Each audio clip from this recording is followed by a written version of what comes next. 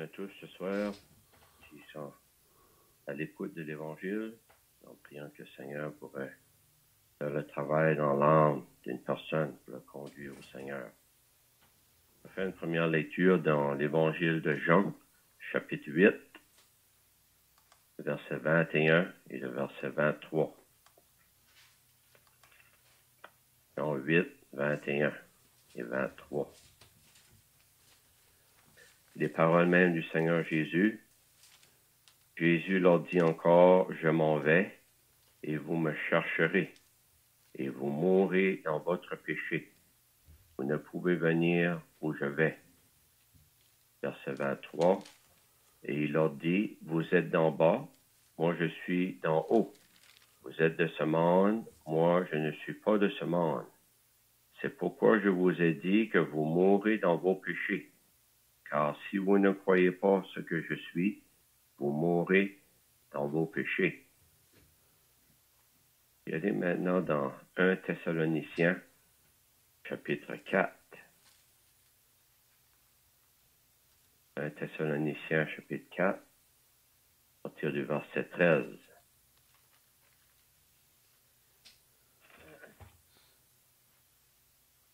Nous ne voulons pas, frères, que vous soyez dans l'ignorance au sujet de ceux qui sont décédés, afin que vous ne vous affligiez pas comme les autres qui n'ont point d'espérance.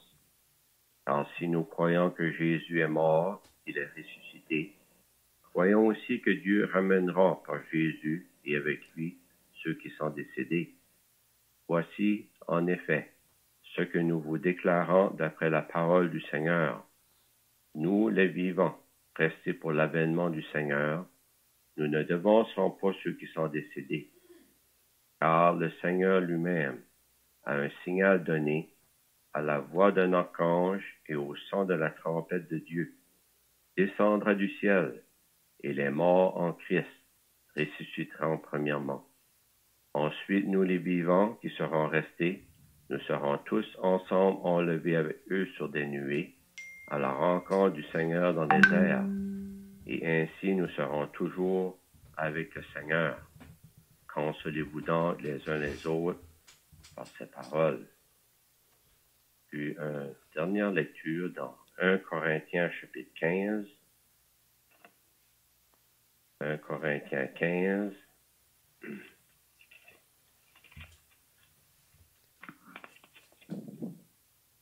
Le verset 51.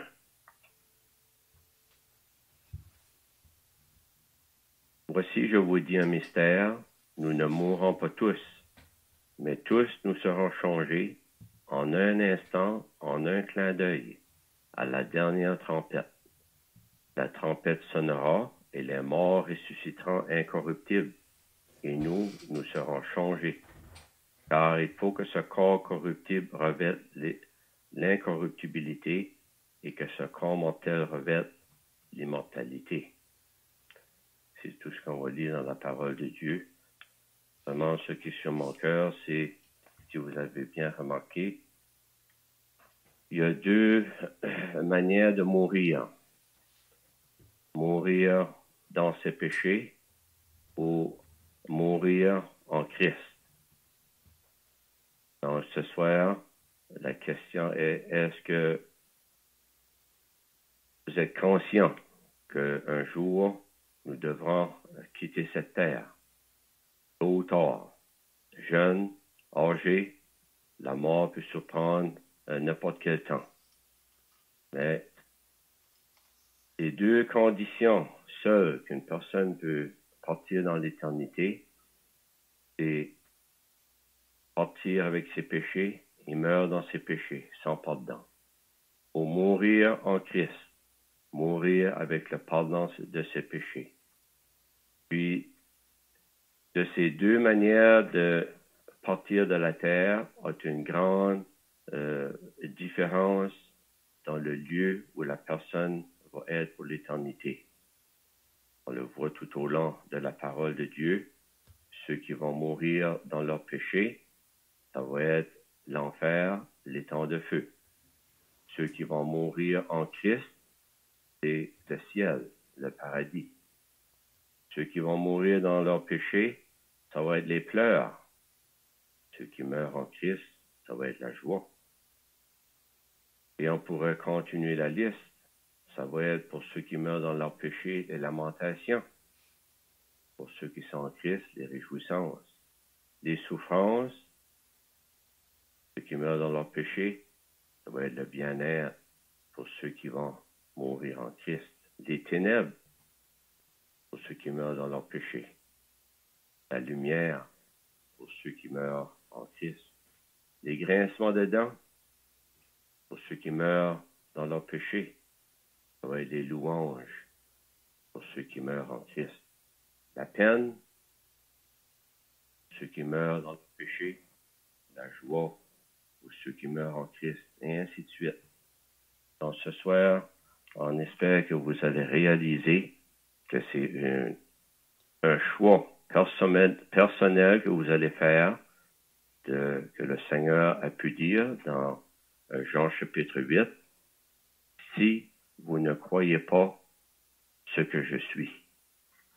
Si vous ne croyez pas que le Seigneur Jésus est le Sauveur, le seul qui peut enlever vos péchés et vous ouvrir l'accès dans le ciel, vous mourrez dans vos péchés et jamais vous pourrez avoir accès au ciel de Dieu. Le Seigneur le dit même, vous me chercherez. Vous me chercherez. Ce sera trop tard. Trop tard. Vous ne pouvez venir où je vais.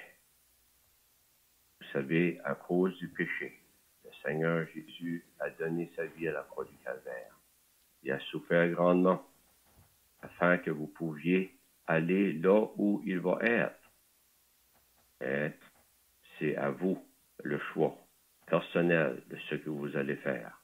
On a dit dans Jean 8, le Seigneur a dit lui-même ces paroles. Jésus leur dit encore, vous mourrez dans vos péchés.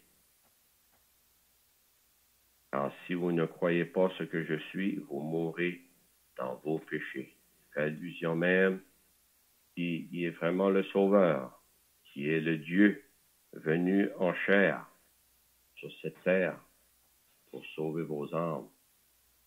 On a dit dans 1 Thessaloniciens que les morts en Christ, les morts en Christ. Vous savez, même le mot qu'on utilise pour cimetière, ce mot-là vient d'un mot grec qui signifie lieu du sommeil.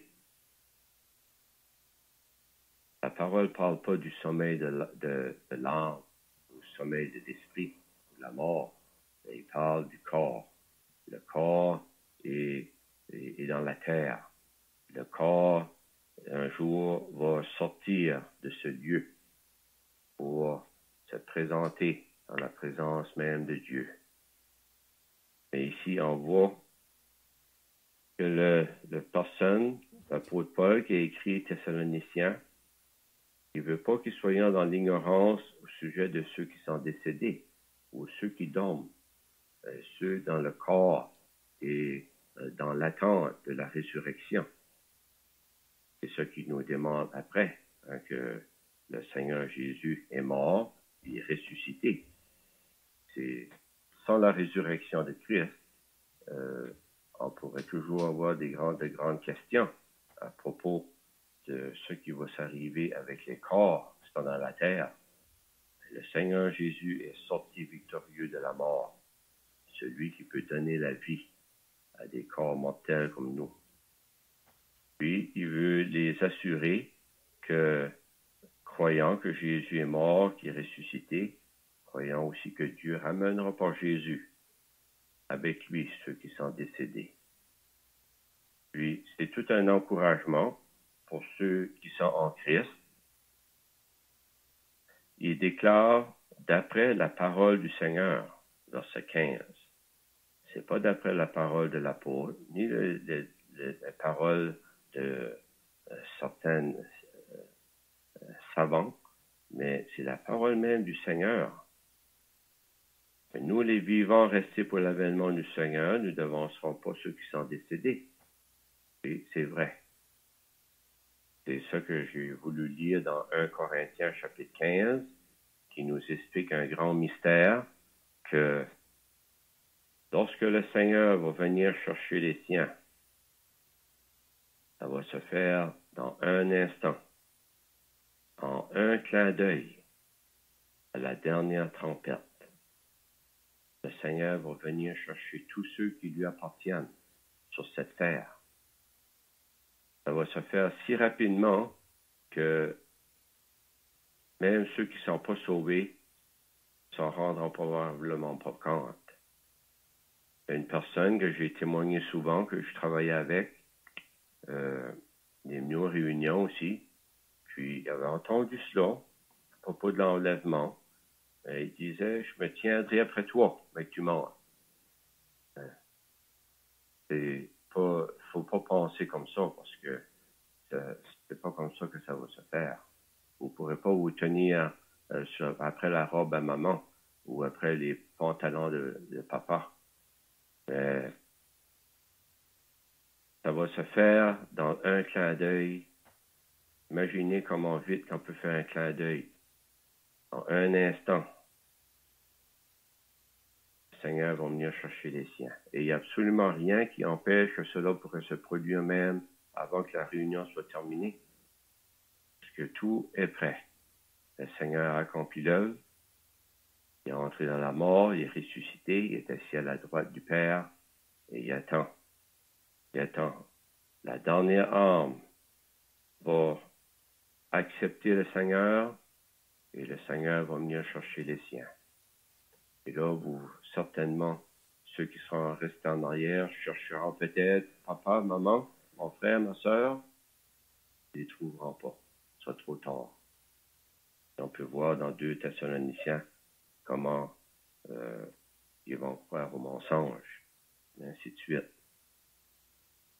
Mais on voit là que le Seigneur lui-même, au verset 16, a un signal donné à la voix d'un archange au son de la trompette de Dieu descendre du ciel. Bon, le Seigneur ne va pas envoyer un ange ou un archange ou un chérubin ou un être céleste, il va envoyer son Fils, le Sauveur lui-même qui va venir chercher les siens. Oui, sur les nuées. Nous allons tous monter ensemble. Oui, c'est vrai, les morts en Christ vont ressusciter premièrement. Tous ceux qui sont dans les tombeaux en Christ, morts, oui, mais en ayant accepté le sacrifice du Seigneur Jésus, vont ressusciter. Et tous ensemble, on va monter à la rencontre du Seigneur dans les airs. On sera toujours avec le Seigneur. On voit là qu'il n'y a pas de purgatoire. Il n'y a absolument rien des choses que des religions veulent nous faire croire. Donc, le Seigneur vient chercher les siens, ils vont être toujours avec le Seigneur. Aucun autre lieu.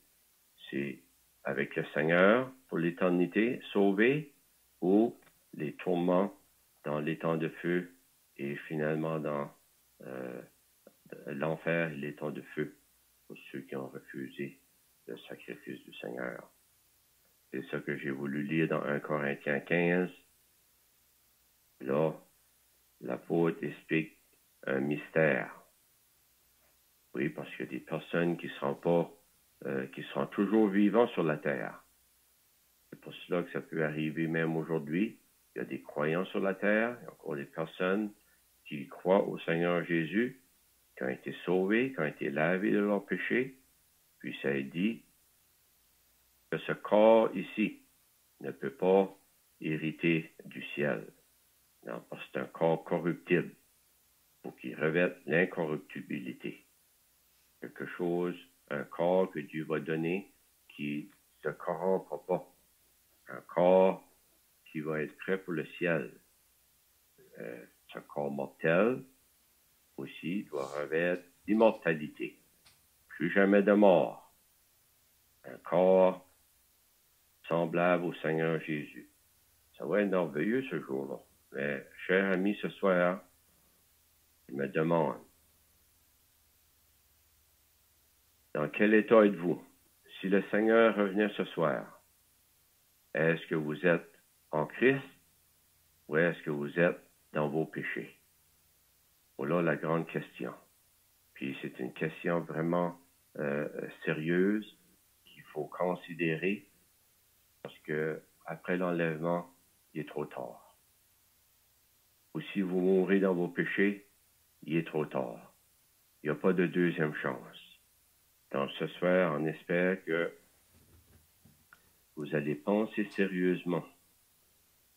Si je serais pour mourir ce soir, où serait mon âme? Où vais-je après la mort? Vous savez, pour tous ceux qui ont accepté le verdict de Dieu, qui se sont vus pécheurs, qui se sont vus perdus dans leur péché, incapables de faire quoi que ce soit pour les enlever, incapables d'entrer dans le ciel de Dieu dans cette condition, méritant le jugement, et se repentant, se tournant vers Dieu, le supplier pour sa grâce, sa bonté, son amour. Et aux yeux, vous savez, c'est là que Dieu révèle son Fils, un pauvre pécheur. Ce soir, j'espère que vous allez saisir le moment qui vous est donné. Il y a des personnes, oui, qui vivent une longue vie sur la terre, d'autres qui vivent, leur vie est bien courte, mais c'est tout dépend de ce que vous avez fait, du sacrifice du Seigneur. Rien d'autre. C'est lui qui est le chemin, c'est lui qui est la vérité, c'est lui qui est la vie. C'est le seul qui a accompli pleinement la justice de Dieu à la croix du Calvaire. Il a pris le jugement que méritaient vos péchés. On espère que ce soir, vous allez saisir le Sauveur, l'accepter comme votre Sauveur. Parce que le Seigneur va descendre. Oui, le Seigneur va descendre sur les nuées. Il va venir chercher les siens. Oh, ça va être un jour merveilleux pour tous ceux qui l'attendent, qui l'ont accepté. Mais ça va être un jour d'horreur et d'angoisse et de peur qu'on ne peut pas expliquer pour ceux qui vont rester ici. Bon, ça va être des tribulations, ça va être des jugements. Et finalement, tombe sous le jugement de Dieu pour l'éternité. Donc ce soir, on espère, chers amis, que vous allez considérer grandement, est-ce que vous êtes dans vos péchés toujours, ou est-ce que vous êtes en Christ? Cela va déterminer votre lieu éternel, scellé à tout jamais. Le ciel en Christ, les tourments en l'enfer et l'étang de feu par après, dans vos péchés. On espère que vous serez sauvés, même ce soir. N'attendez pas, c'est sérieux. Ça presse. Si le Seigneur revient, trop tard. Tous ceux qui ont refusé. On va maintenant prier et après on pourra chanter un cantique. Notre Dieu, notre Père, nous voulons te remercier, te bénir pour cette bonne nouvelle qui a parcouru la terre, qui est parvenue jusqu'à nous. Ô Dieu, quelle grâce de penser que nous sommes de ta famille, que nous sommes tes enfants, rachetés à un grand prix pour le sacrifice du Seigneur Jésus. Et jamais nous ne verrons le jugement, car ton Fils l'a pris en entier sur la croix du Calvaire, et pleinement satisfait de son œuvre, ô Dieu, après que lui a pu dire tout est accompli, a rendu l'esprit. Dans le tombeau, il a ressuscité d'entre les morts et est assis à ta droite. Ô Dieu, merveilleux de penser que nous avons un Sauveur vivant dans le ciel. C'est pour cela qu'il peut sauver parfaitement encore tous ceux qui s'approchent de lui. Ô Dieu, pour être sauvés. Je te prie dans ta bénédiction tous ceux qui ont écouté ce soir et en d'autres lieux aussi, et que des âmes pourraient être sauvées. Je te prie au nom du Seigneur Jésus. Amen. Amen. On pourrait chanter le